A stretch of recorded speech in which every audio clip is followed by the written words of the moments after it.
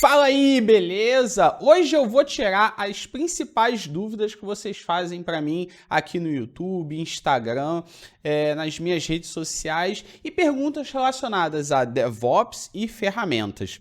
E se você não me conhece, muito prazer, eu sou Fabrício Veronese e eu estou aqui para ajudar você a se tornar um profissional diferenciado no mercado de TI, um profissional de elite, fazendo com que você entenda mais sobre a cultura DevOps e as ferramentas relacionadas. Então, se você quer saber mais sobre DevOps, sobre Docker, Kubernetes, Pipeline CI/CD, observabilidade, essas ferramentas que fazem parte da cultura DevOps, você está no lugar certo, porque toda terça e toda quinta, às 8 horas da noite, tem um vídeo novo aqui no canal. Então, se você está aqui assistindo esse vídeo e não é inscrito no canal, se inscreve, aciona o sininho para você não perder nada.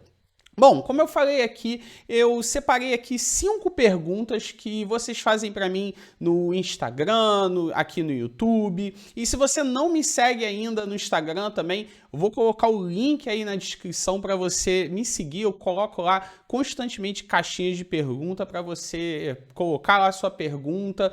Eu respondo lá no Instagram e pego as melhores perguntas e coloco aqui nesse quadro Pergunta que eu respondo, certo? Então vamos lá. A primeira pergunta está aqui, ó. Qual é o melhor sistema operacional para trabalhar com DevOps? Bom, com toda certeza, você que quer trabalhar com DevOps, você que quer se diferenciar como um profissional que entende a cultura DevOps e consegue praticar com as ferramentas adequadas, você precisa dominar o Linux. Cara, aquele sistema operacional do Pinguim, maravilhoso. Se você não conhece sobre Linux, eu vou colocar um card aí sobre o básico que você precisa entender sobre Linux e não tem jeito, você tem que aprender sobre Linux. Por quê? Porque as principais ferramentas de nuvem, as principais ferramentas de automação, shell script, tudo isso roda no Linux, são padrões do Linux. Mas isso significa que você não pode trabalhar com Windows? Não, não é bem assim. Você consegue utilizar ferramentas DevOps utilizando o Windows graças à tecnologia chamada WSL, o Windows Subsystem Linux. É uma ferramenta que faz com que você rode um kernel do Linux dentro do Windows. Então, primeiramente, você pode utilizar o Windows, Linux e Mac para trabalhar numa boa, mas você precisa dominar ali os fundamentos do Linux, porque se você estiver utilizando ali o Windows, você vai utilizar a WSL como ferramenta para trabalhar, e se você utiliza Linux, você vai utilizar o Linux, e o Mac você também consegue trabalhar numa boa. Então é importantíssimo que você domine o Linux, mas você pode utilizar aí o sistema operacional que você gosta mais. Eu, por exemplo, eu sempre intercalo aqui entre o Windows, porque tem várias ferramentas que eu utilizo também para edição de vídeo, para gravar. Trabalhar com multimídia no Windows é muito mais fácil do que no Linux. E o Linux eu utilizo aqui para montar laboratórios, para fazer alguns testes, para montar as minhas POCs, montar os meus cenários. Então, eu acabo sempre intercalando entre o Windows e o Linux. Eu utilizo o Windows também com WSL para poder interagir com o Linux e também tenho aqui uma máquina com Linux. Então, eu consigo trabalhar numa boa e você também vai conseguir também trabalhar numa boa utilizando esses dois sistemas operacionais. Bom, vamos lá, segunda pergunta. Como você faz para decidir o uso de uma ferramenta de trabalho? Cara, essa pergunta aqui é constante. Fabrício, qual ferramenta você usa para montar pipeline CI/CD? Qual ferramenta você utiliza para criar containers? Qual ferramenta você usa para orquestrar? E por aí, qual ferramenta de observabilidade? Por aí vai. Eu tenho um workflow aqui para decidir a adoção de uma ferramenta. E eu começo, o primeiro passo para o meu processo de decisão de uma ferramenta é qual é o meu conhecimento e o conhecimento da minha equipe em relação a essa ferramenta. Porque não adianta você pegar uma ferramenta extremamente eficiente, uma ferramenta que você quer adotar na sua empresa se ninguém conhece. né? A curva de adoção ali vai ser muito íngreme, né? Vai demorar bastante para você implementar a ferramenta. E é importante pensar em entrega de valor, não é só adotar a ferramenta. E a ferramenta tem que estar relacionada ao negócio. Então vamos criar aqui uma hipótese. Eu tenho que decidir qual ferramenta de pipeline CI/CD eu vou utilizar. Pô, eu tenho aqui na minha equipe a galera que conhece muito o GitLab. Beleza, minha equipe conhece GitLab, tem alguns profissionais aqui que já conhecem. Faz sentido eu escolher ali o GitHub?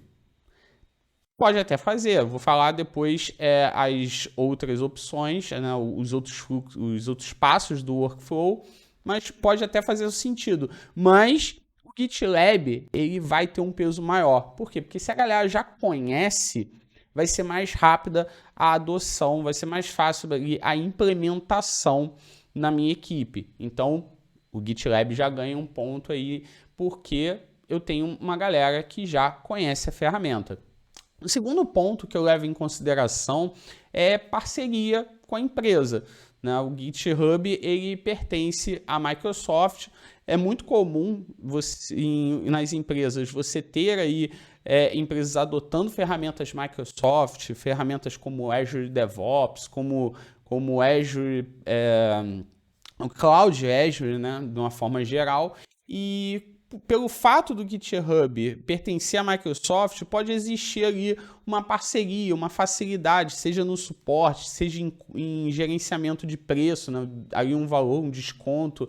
E o fato de ter uma parceria pode pesar nisso também. Então, eu levo em consideração o skill da minha equipe, parceria de empresa, e um outro ponto também muito importante é a adoção do projeto no mercado, né? O quanto essa ferramenta ela é utilizada, né? O quanto ela é popular, o quanto, no caso de um projeto open source, eu vou levar em consideração também a quantidade de pessoas envolvidas nesse projeto, questão de manutenção, como é que está o desenvolvimento, a evolução desse projeto. Então, 3 pontos importantes para levar em consideração: o skill da sua equipe, parceria com a empresa e também a adoção dessa ferramenta no mercado. Eu vou pesando isso e decido qual ferramenta utilizar. Qual é a relação do GitLab com o GitHub?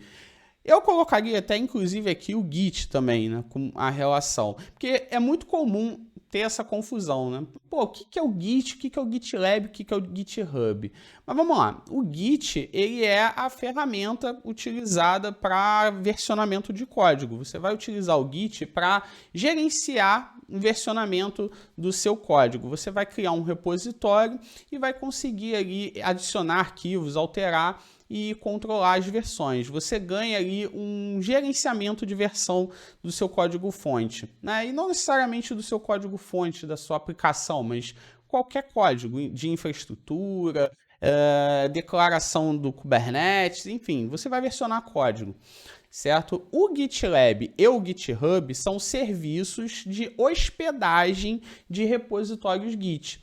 Você vai utilizar o Git para criar um repositório, criar os versionamentos, mas se você não utilizar um serviço para enviar esse código versionado e colocar o seu repositório em algum lugar remoto, ficar só na sua máquina, cara, se você perder ali o disco, né, acontecer alguma coisa no seu disco, você perder aquele diretório, já era. Por quê? Porque ele está local na sua máquina. Então, o GitLab e o GitHub são exemplos de serviços, né, de nuvem que você pode, inclusive, utilizar o GitLab para rodar em um ambiente construído por você também, onde você consegue enviar o seu repositório Git. Aí você vai ter o seu repositório Git remotamente em um local. Aí, com isso, remoto, se acontecer alguma coisa na sua máquina, não tem problema nenhum. Você vai pegar novamente lá do repositório remoto e vai conseguir trabalhar numa boa. Lembrando, como eu falei, o GitLab você consegue utilizar como serviço de nuvem e utilizar ele também localmente no seu ambiente on-premise. Você consegue criar um servidor com GitLab. O GitHub não, ele é um serviço remoto, pertence à Microsoft e você vai utilizar lá assinando um serviço. Ambos têm lá a camada gratuita, você consegue trabalhar numa boa, certo? São duas excelentes opções para você armazenar lá os seus repositórios Git. Mas não são os únicos que existem. Você tem também o Bitbucket, tem outras opções aí de mercado também, ok? Mas esses dois, sem dúvida, são os principais. Quarta pergunta, qual a melhor maneira de criar e gerenciar uma pipeline? Bom, a pipeline ela tem como objetivo criar um fluxo com vários passos para gerar automação de alguma rotina, alguma tarefa que eu preciso executar. E as duas principais formas de se trabalhar com pipelines é utilizando a pipeline de CI, de integração contínua, ou Continuous Integration, que vai ter todo o passo a passo para entregar aí a integração de um código novo em um projeto já existente. O momento em que o desenvolvedor está criando uma nova feature, está corrigindo algum bug e envia esse código de correção ou de atualização para o repositório, a pipeline de CI vai pegar esse código novo, verificar se tem algum problema, executar os testes de unidade, de integração, e vai ali depois criar um artefato de entrega, vai criar ali uma release. Esse é a pipeline de CI. E eu tenho também a pipeline de CD, né, que é a pipeline de Continuous Delivery, que é a entrega contínua, que acontece no ponto em que eu tenho uma release nova e eu tenho que fazer essa entrega no servidor. São dois processos que eu tenho que executar aí corriqueiramente, quando eu estou desenvolvendo software, né, que é a criação de release e o deploy de uma release em um ambiente. Aí produção, homologação, desenvolvimento, tanto faz. Eu tenho que entregar, né, essa nova release, esse novo pacote em um ambiente. E a pipeline vem justamente para automatizar esse processo, que antes era feito manualmente, corria o risco de alguém não executar as etapas corretamente, ou de simplesmente compilar ali o código, subir a release e acabou, não executar todo passo a passo de qualidade. Então, a melhor forma de você criar uma pipeline, seja ela de CI ou seja de CD, é você entender os processos, né? Quando você está ali fazendo a integração contínua, o que garante a qualidade de uma release? O que vai garantir que uma release vai ter qualidade? Você executar rotinas de teste, você executar rotinas de análise de código, você ter um processo de revisão de código. Tudo isso são processos que fazem parte da pipeline de CI. Então, você inserir esses elementos de boas práticas na automação, aquilo tudo que você fazia manualmente para garantir qualidade de entrega, você vai agora criar automação para isso. Então, o que faz ter ali, o que é a melhor maneira? É você inserir essas práticas no seu processo. Na pipeline de CD, mesma coisa, você vai fazer ali o teste funcional no ambiente, vai verificar se os bugs foram corrigidos, vai fazer um teste de monitoramento, você vai monitorar aquela aplicação no ambiente e verificar se houve melhoria, talvez comparar com uma versão anterior. Tudo isso são boas práticas para você criar ali a sua pipeline de forma eficiente. Quer dizer que você vai ter tudo isso no seu primeiro dia, no dia de implementação? Não, pode acontecer de você ter ali uma pipeline de CI que simplesmente compila o código e entrega a release. E não tem problema com isso. Você tem que ter em mente o seguinte: você pode começar ali de uma forma não ideal, né? Você pode começar ali não utilizando todas as boas práticas, mas isso tem que estar mapeado e inserindo isso evolutivamente, certo? Então, putz, Fabrício, eu não tenho teste de integração, eu só tenho teste unitário, teste de unidade. Não tem problema, segue lá o teste de unidade, já faz um planejamento com a sua equipe para inserir testes de integração e coloca isso depois na sua pipeline, numa evolução ali da pipeline. É importante você ter isso em mente. É melhor você começar ali de um modo simples e ir evoluindo do que você pensar que vai ter ali a melhor forma, a melhor pipeline e, cara, nunca começar. Começa pequeno e vai crescendo. Vários casos aí que eu converso com empresas que hoje têm um processo muito bem definido, lá atrás não tinham isso e foram inserindo isso aos poucos. É o caso, por exemplo, do Magazine Luiza. Tem até uma live que eu já falei sobre isso. Vou colocar aí o link onde o Cássio explica que, cara, antes não tinha todo esse processo, toda essa automação, e isso foi sendo inserido aos poucos. Então, começa pequeno, mas lá na frente você vai ficar gigante, ok? Então, essa é a melhor forma de você pensar em construir a sua pipeline. Bom, quinta e última pergunta. Qual é melhor, o Ansible ou o Terraform? Qual a melhor ferramenta de infraestrutura como código, o Ansible ou Terraform? E aí que está a resposta que muita gente não espera. Os dois. É isso aí. O Ansible e o Terraform, assim como o Docker e Kubernetes, eles se complementam. Eles não concorrem ali diretamente entre si. Vou explicar por quê. Quando você pensa em ferramentas de infraestrutura como código, onde você cria o código para declarar a sua infraestrutura, eu tenho dois tipos diferentes de ferramentas de infraestrutura como código. Eu tenho a ferramenta de provisionamento de infraestrutura, que vai me ajudar a criar os meus recursos de infraestrutura, os meus recursos de nuvem, no meu serviço de nuvem, né, meu serviço de cloud, que no caso aqui é utilizado o Terraform para declarar toda a infraestrutura, declarar a sua rede, declarar os seus servidores, declarar o cluster Kubernetes, declarar todos os seus elementos de infraestrutura e depois de provisionado essa infraestrutura, de criar essa infraestrutura no meu cloud provider, eu preciso configurar, eu preciso gerenciar as configurações. E o que seria essa configuração? Eu tenho lá o meu servidor, eu tenho que instalar um Nginx, eu tenho que instalar o Docker, eu tenho que instalar ali o que é necessário para rodar ali a aplicação no meu ambiente e outras formas de configuração também, criar tabelas, usuários e por aí vai. E tudo isso eu faço com o Ansible. Então o Ansible ele é uma ferramenta de infraestrutura como código também, assim como o Terraform, só que ele está como um segundo elemento da infraestrutura como código, que é o gerenciamento de configuração.